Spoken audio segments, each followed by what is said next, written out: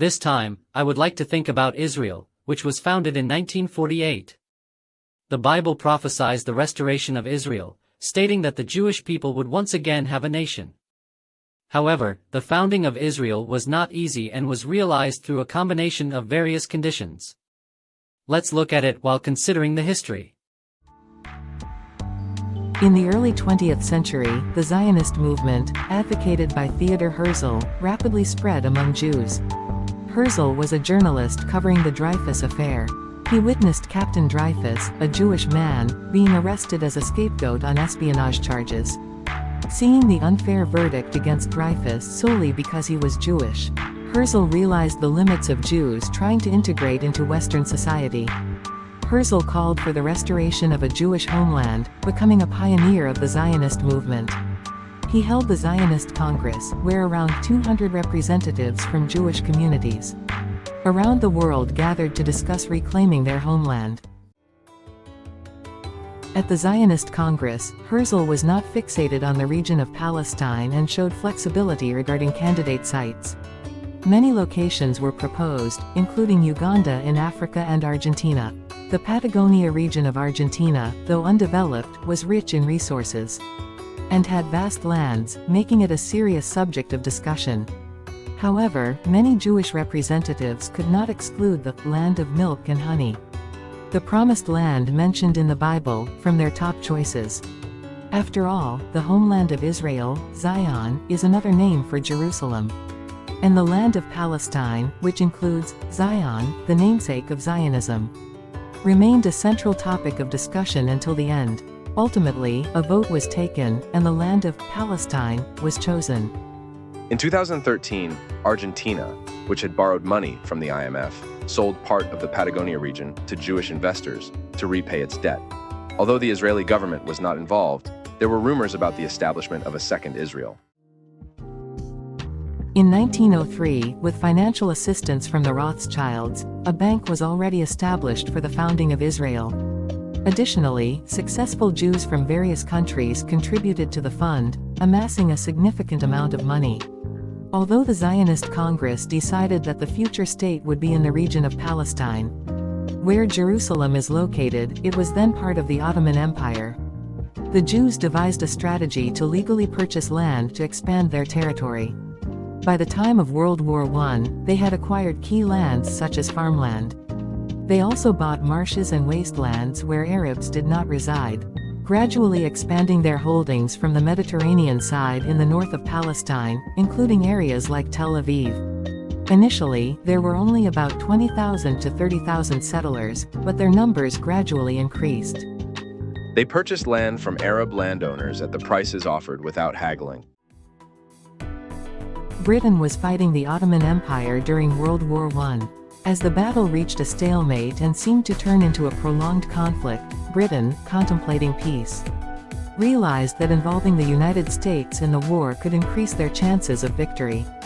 British Foreign Minister Balfour sent a letter to Rothschild, stating that if financial support was promised, Britain would support the establishment of a Jewish state in Palestine. Once this information spread, the situation changed rapidly, leading to U.S.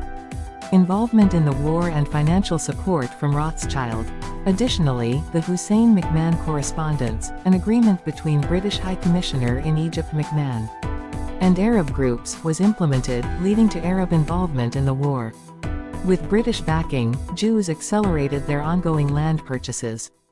However, Palestinians and Arabs, having lost too much land, resisted by enacting measures to prohibit Jewish land purchases. By the 1930s, Jews had already acquired 5 to 6% of the land in Palestine. Between the late 1930s and World War II, there was large-scale persecution of Jews in Russia. By this time, around 30,000 Jews had already emigrated to Palestine. But due to these pogroms, over 60,000 more immigrated rapidly. The Jews formed communities called kibbutzim, where they developed agricultural land and lived together as a community. During World War II, the mass murder of Jews by Nazi Germany resulted in an estimated 4 to 6 million victims. Immediately after the war, displaced Jews began emigrating en masse to Palestine.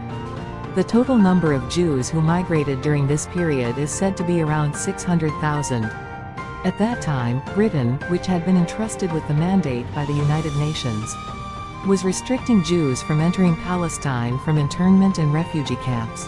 Nevertheless, the Zionist movement that had been ongoing since the early 1900s, and the rumors of land acquisitions in Palestine fueled expectations for the establishment of a Jewish state.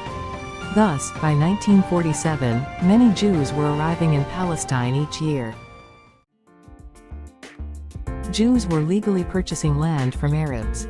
But there were cases where large Arab landowners sold land without consulting the local Arab population. Additionally, Jews from Africa and the Middle East also joined, meaning not all immigration was under British control. As the Jewish population in Palestine gradually increased, the Arab side, fearing that the Jews might establish their own country on Palestinian land, brought the issue to the United Nations. The discussion, led by the United States, acknowledged the strong impression of the Holocaust by the German army, which undoubtedly elicited sympathetic feelings within the UN. As a result, the UN proposed a plan that was overwhelmingly favorable to the Jews, allocating 54% of the land to them and 46% to the Arabs. Naturally, the Arab side could not accept this decision and protested. But the UN's resolution did not change. This led to the outbreak of war. On May 14, 1948, the Declaration of Independence was read, marking Israel's internal declaration of independence. This date was chosen because it was the day when the British mandate ended, and the British forces were withdrawing. With no successor administration in place, declaring independence on this day was the best choice for Israel. In reality, the British mandate was set to end on July 14th, but skirmishes and terrorist activities between Arabs and Jews had spread, making the situation uncontrollable. As a result, the British effectively abandoned the mandate. Britain's duplicity in its diplomatic promises sparked the conflict, and by leaving the decision to the United Nations and ultimately fleeing, it created the worst possible outcome. The outbreak of the First Arab-Israeli War was a natural consequence of these events. This is the history of Israel's founding. In a sense, the persecution of Jews can be seen as part of a divine plan. The history of persecution was necessary for the establishment of the state. Thank you for watching until the end. If you liked this, please subscribe to the channel.